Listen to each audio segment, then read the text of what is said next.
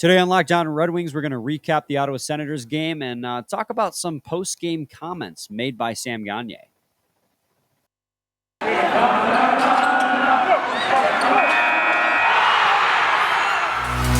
You're Locked On Red Wings, your daily podcast on the Detroit Red Wings. Part of the Locked On Podcast Network, your team every day.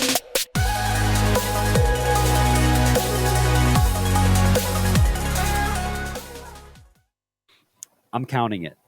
You shouldn't. What? I didn't hit start, so that's good. Yeah, you didn't hit start because you hit the wrong button. Yeah, but the cold open itself, I got on my first take. Yeah, but there's no way that counts. You literally screwed up. You pressed the wrong button to start the show. No, you can't prove that. You can't prove that. You have no proof. I saw it with my eyes. Guys, I first taked it today. First take the cold open. Yeah, the cold open I did on the first take. What happened before that was not part of the cold open. Therefore, I got the cold open on the first try. Therefore, no.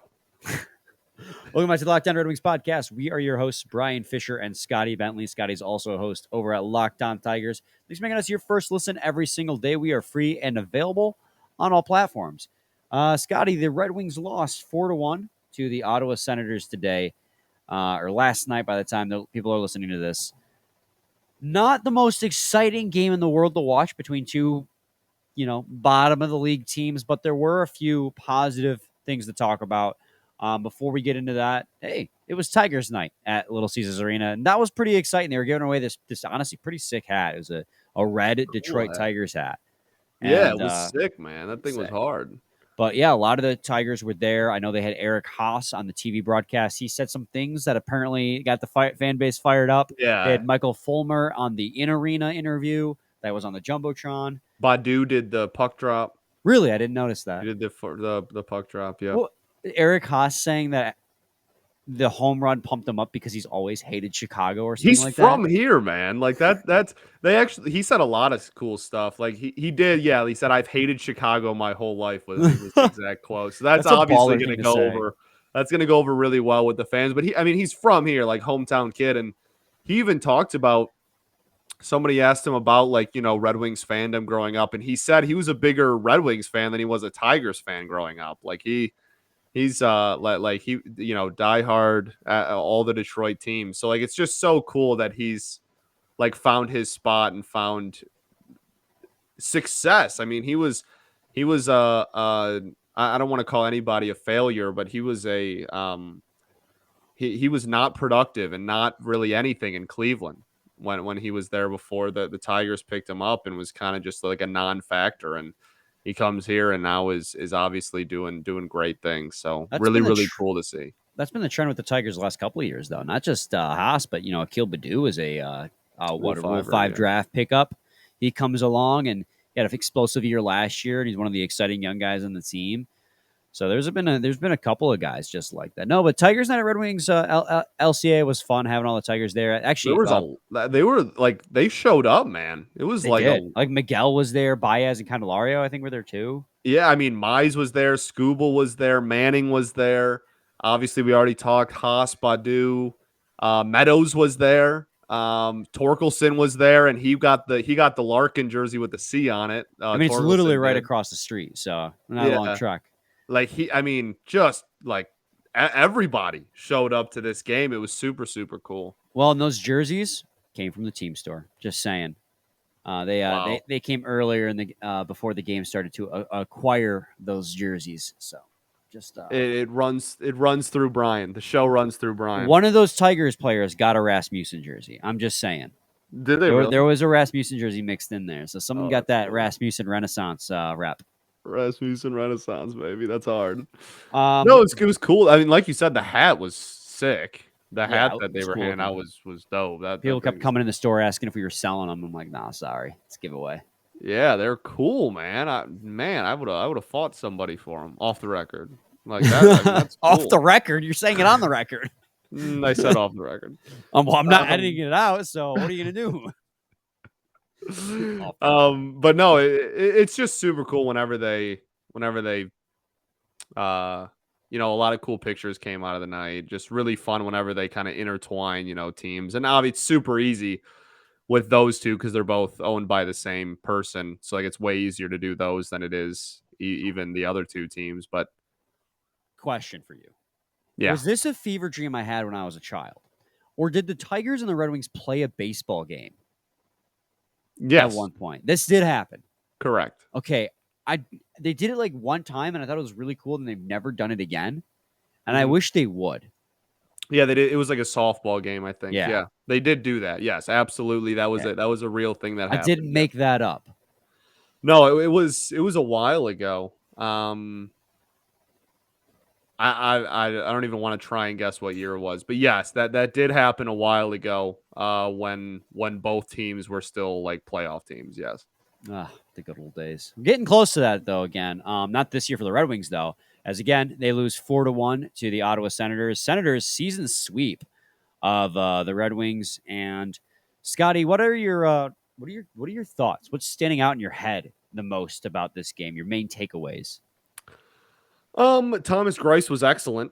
Yes, I think that's the biggest one, to be honest with you. Thomas Greiss was excellent. The defense, I don't think was fair. The defense had a horrible first period, at least. Yeah. I think they recovered decently for the last 2/3 of the game, but their first period defense was putrid. The Red Wings didn't get dominated by any stretch of the imagination throughout this game. The shots were pretty close. I think the final total was 25-36.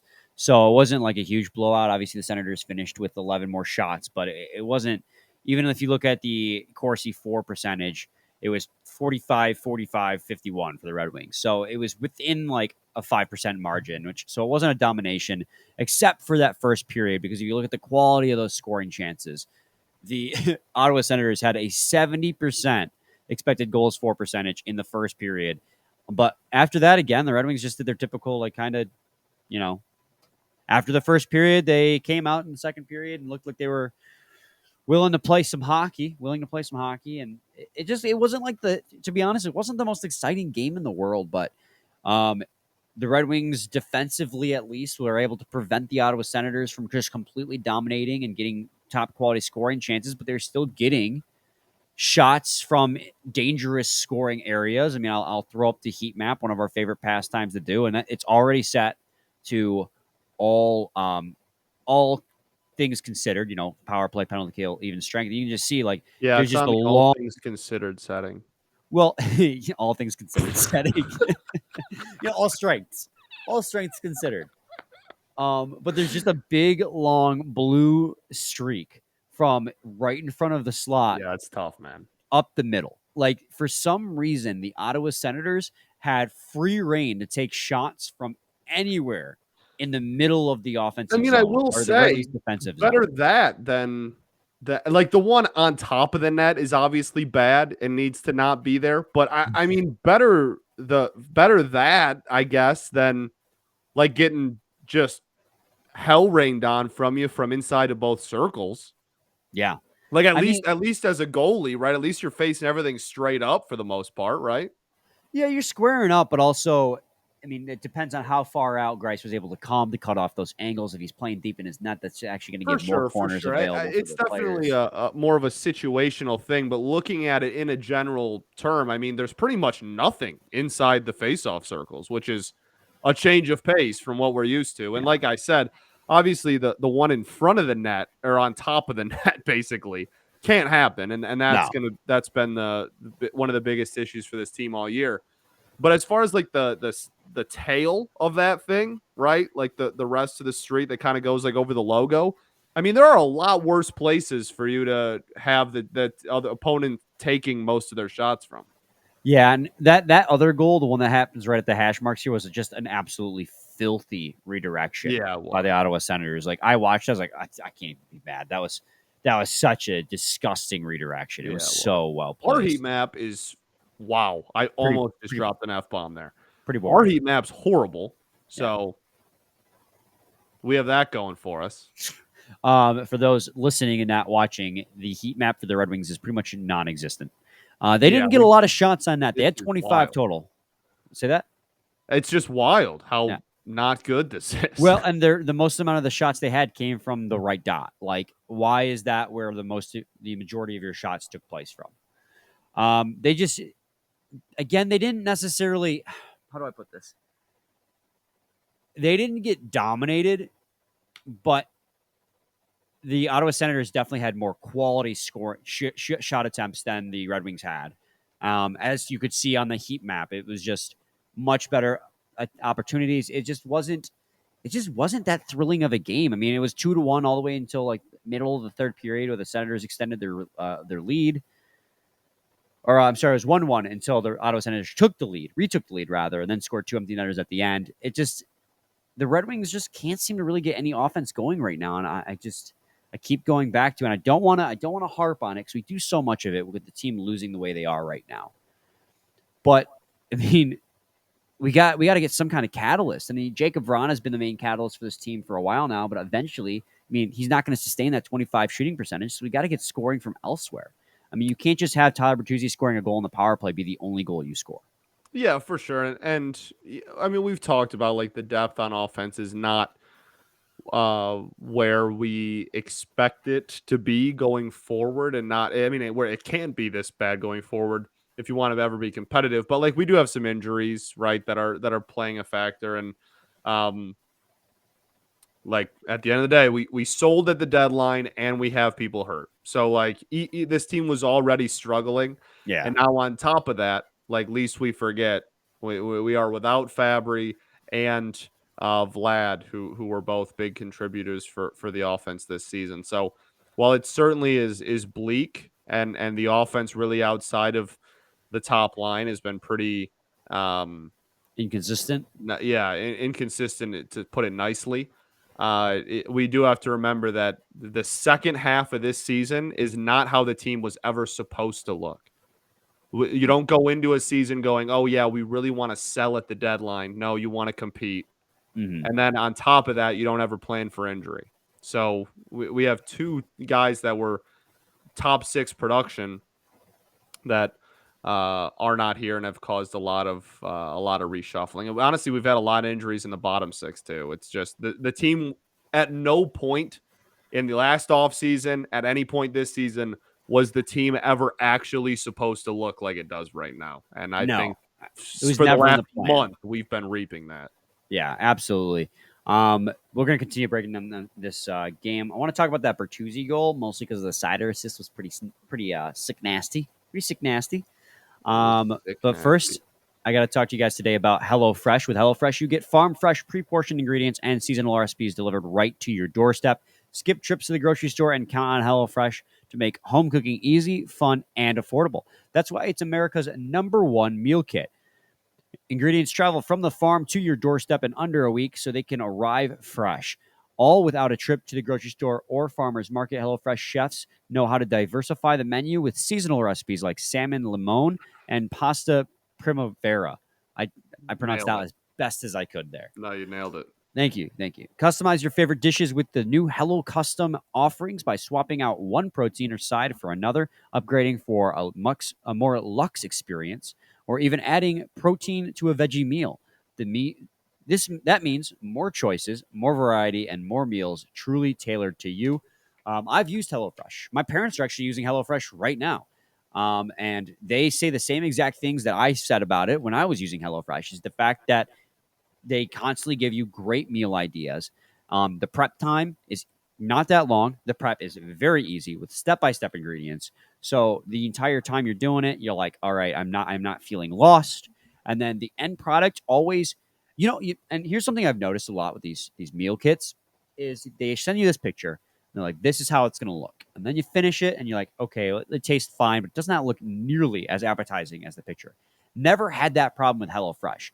The end product almost always looked exactly like they had given it to you, or given you on that picture on the ingredients card. And that's kind of a huge thing. Like, being appetizing visually is also a big part of eating. And this always looked as good as it tasted. So definitely give HelloFresh a try, guys. Go to HelloFresh.com/lockdown16 and use code lockdown16 for up to 16 free meals and 3 free gifts. Again, go Go to HelloFresh.com/lockdown16 and use that code lockdown16 for up to 16 free meals and 3 free gifts. 16. 16. You didn't do. You're really slacking in like the banner game, dog. Oh, I know. Keep doing. You got to remind me, bro. I know. Yeah. Honestly, I forgot to until like right now. Boom. So there we go. That's right there, folks. All right. There you go. Scotty, let's talk about that Bertuzzi goal. One of the probably outside of Greiss, the sole bright spot of this game. The power play actually did something really nice, and that was that goal facilitated by Moritz Seider. Lucas Raymond got the secondary assist on that, so you love to see that. But I was going back and forth on this, and I tweeted it out. I said, I'm going to choose to think that Moritz Seider purposely shot past that off the backboards because it fits my narrative. But do you actually think Moritz Seider intentionally made that shot miss the net behind the boards for Bertuzzi rebound opposite side? Absolutely, he did. Without Not a doubt. Even a question. Absolutely. Not even a doubt. What are we talking about? You think he didn't? I mean, that's weird. No, he did. In all honesty, I've seen ones where he's done things similarly to that intentionally. You remember the Zadina one earlier this year, man? I do. It was sick. We should do this offseason. We should do like top 10 goals or assists or like moments or whatever of the year. That'd be a good one. A good offseason topic. Yeah. Good evergreen. Because like if we were doing like top 10 assists, that has to be one, right? Oh yeah, absolutely. It was insane. Like it would be anticlimactic because like that's obviously one. I mean, top 10 biggest hits would all be Moritz Seider as well. So right. I mean, a lot of these it would all be counters too. Counter hits. I mean, it does make sense that it'd be something that he does intentionally because he has done things like that all season long, and he's always shown an increased hockey IQ. It's just in that moment it happened so fast, and the way that it came off his stick almost looked like he didn't get all of it. But him having a history already, let's say, of doing crazy high hockey IQ plays like that leads me to believe that, yeah, he probably bounced it off the back of the boards intentionally for Tyler Bertuzzi backdoor. And that's just something that does it fit your narrative? Players have. It fits does my narrative. Fit your narrative. If it's my narrative, that's the answer. You always just argue whatever fits your narrative, brother. It's the first rule of sports. I will also argue that Mark Stahl low-key had a pretty good game. I thought he looked good. And like we've known that he's good offensively. Like he's been good offensively. Honestly, a majority of the season, he's been effective on a night-to-night basis on the offensive end. It's just usually kind of a liability on the defensive end. But tonight, I thought he had a pretty solid game too. I agree.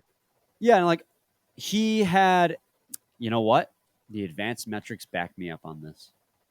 Well, then he actually had the and if best... they didn't, then you would just not bring up advanced metrics at all because we're narrative pushing. Exactly. We're pushing narratives. He had the best expected goals for percentage of the team in this game at 5-on-5 with 57.83, which means he was on the ice.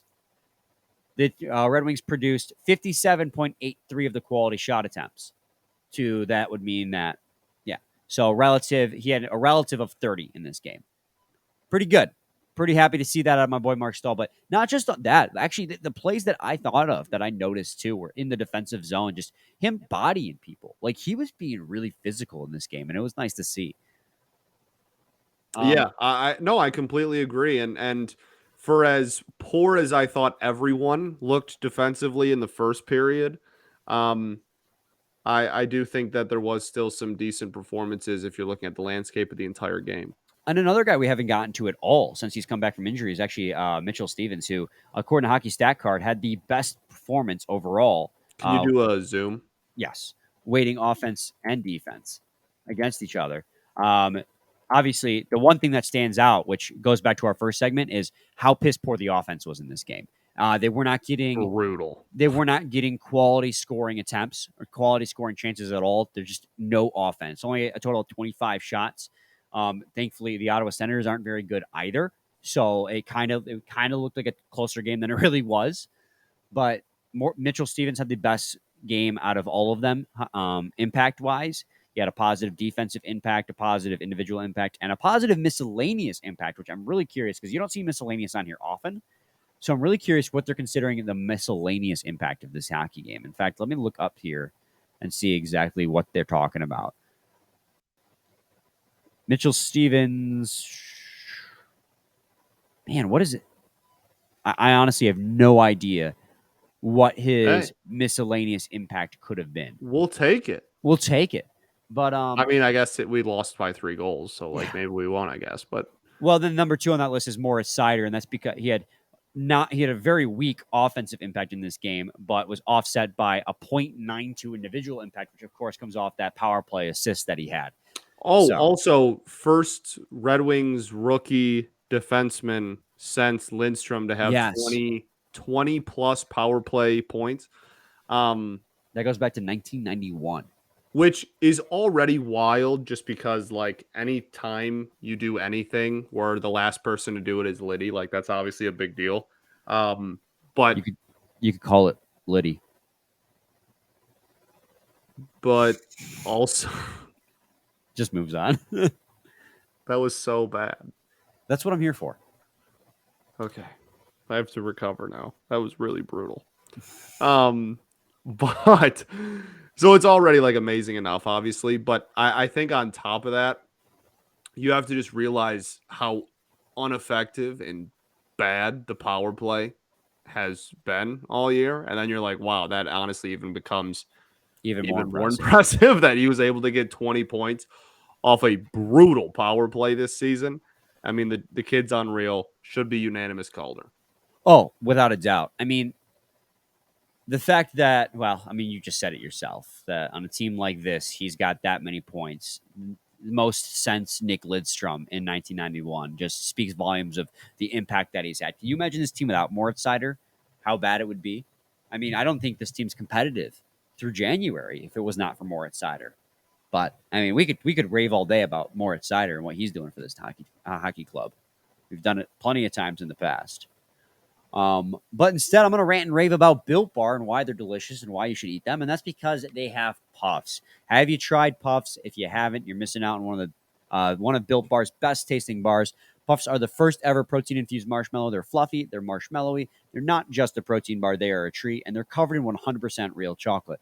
Puffs are a fan favorite with some incredible flavors: yummy cinnamony churro, coconut marshmallow, banana cream pie. So good. These are going to be your new favorite. All Built Bars are covered in 100% real chocolate. Yes, 100% real chocolate. Low calorie, high protein. Replace your candy bars with these. They are better. A typical candy bar can be anywhere from 200 to 300 calories. Go to Built.com and scroll down the macros chart. You'll be blown away. High protein, low cal, high fiber, low carb. Compare that to a candy bar, which usually has around 240 calories, 30 grams of sugar, and dozens of net carbs. At Built.com, they are all about the taste. That they make it delicious first and figure out how to make it healthy. And I don't know how, but they just manage to do it every single time. So go to Built.com, use promo code LOCKED15, and get 15% off your order. Use promo code LOCKED15 for 15% off at Built.com. I'm waiting. For what? Oh, my God. All right.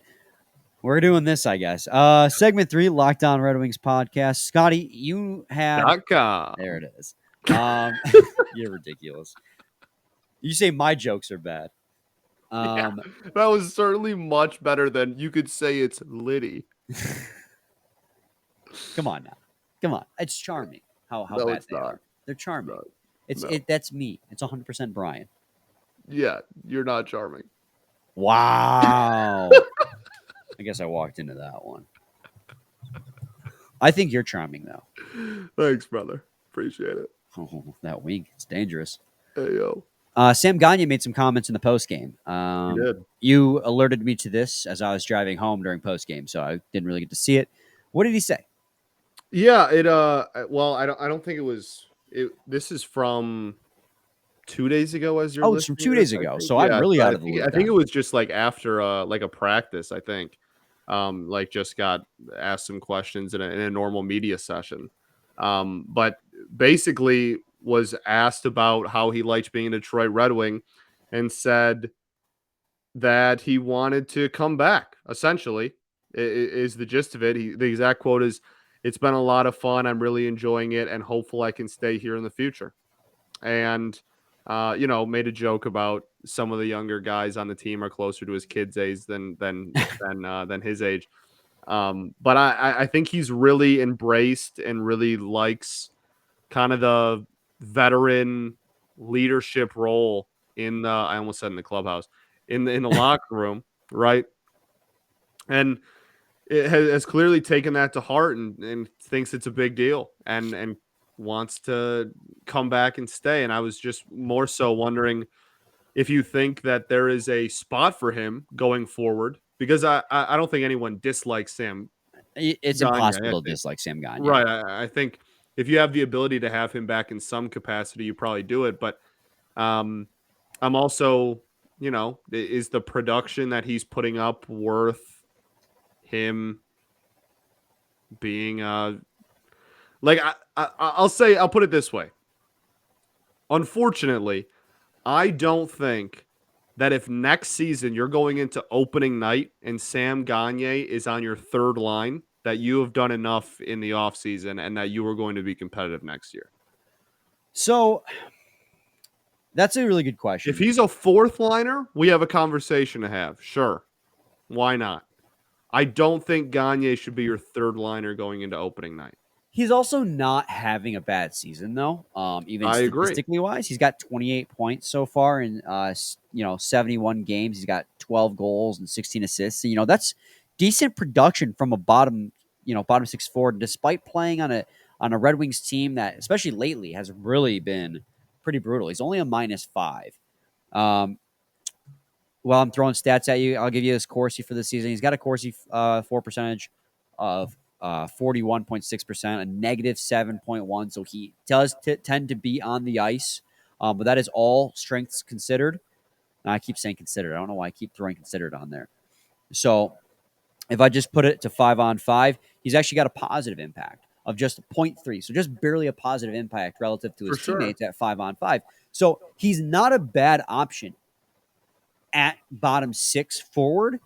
He is 32, so he is on the bottom. He's on the back half of his career for sure at this point.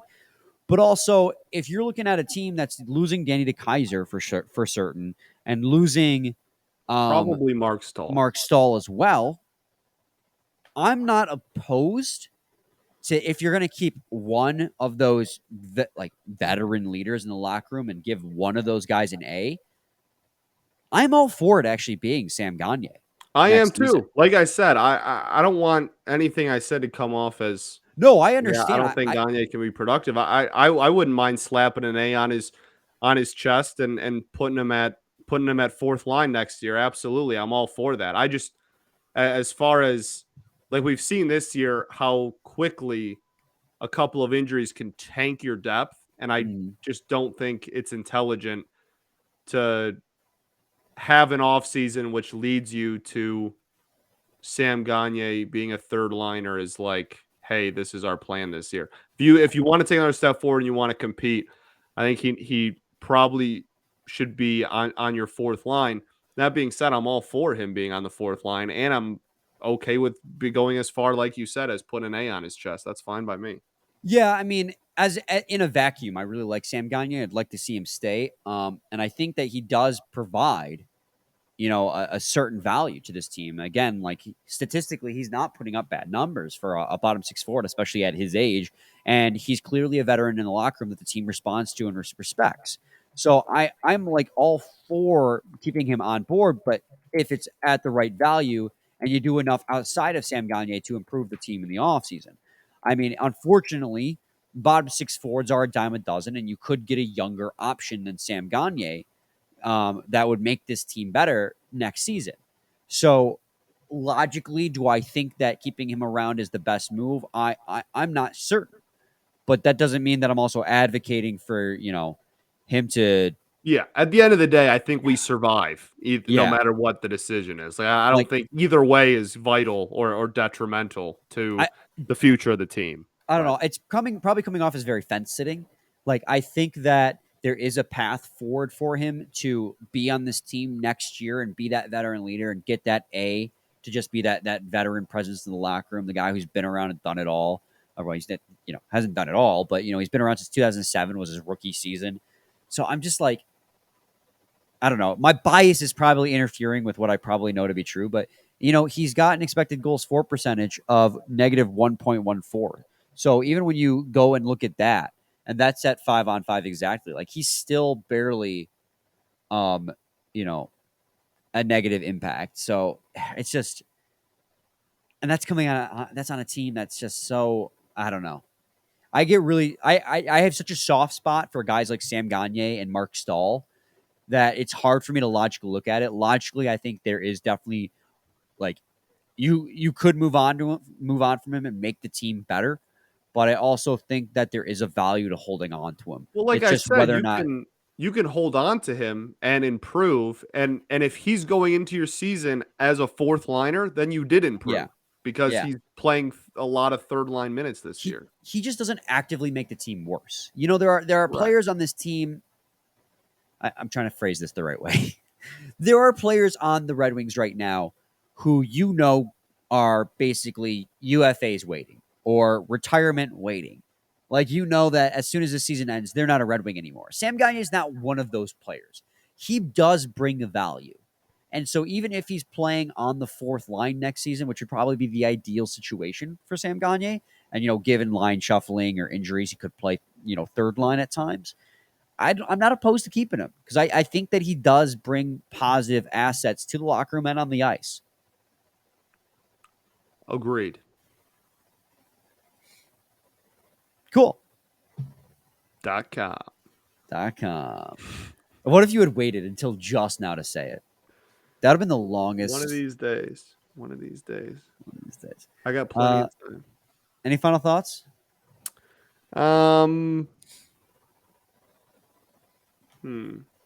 Shout out roast beef. That's the strangest final thought you've ever had. Shout out roast beef. And we ball. Did you have Arby's or something? No. But I had roast beef. Okay. I do have a quick question for you, though, as my final thought. Do you think that Tyler Bertuzzi can hit 30 goals before the season ends? I think there's 5 games left? Yeah. I think there's a little more than that. I think we got 7 or something. So he's got to get goals he had? 27. He's got to get 3 more. Woo! That's a tough sell. I'll go with 30 on the nose. He's still, I think he could do it. He's got 1, 2, 3, 4, 5, 6, 7, 8, 9 games left to get 3. So if he gets a goal, one out of that. We only have 2 home games left. Yeah. So we have 9 games left. Goodness. Yeah. That sucks. Yeah. But I think he could do it. Although you got to keep in mind, though, he can't play in Canada. And there's only 1 game in Canada out of that, the Toronto game. So he's got to get 3 and 8? He's got to get 3 and 8. I think he could do it, especially if you put him on the power play. Yeah, put him on the power play. He just has his style is just so goals in bunches. He just has the ability to, because he's always just in front of the net and just wreaking havoc and nose diving to to the net. He always has the ability to get a dirty goal, and those can come in bunches. Yeah, I don't he's either going to get 0 or 4. Well, hopefully it's 4. Hopefully. We'll be back with a new episode tomorrow, guys. Same time, same place. It's your team. Every day. Every day.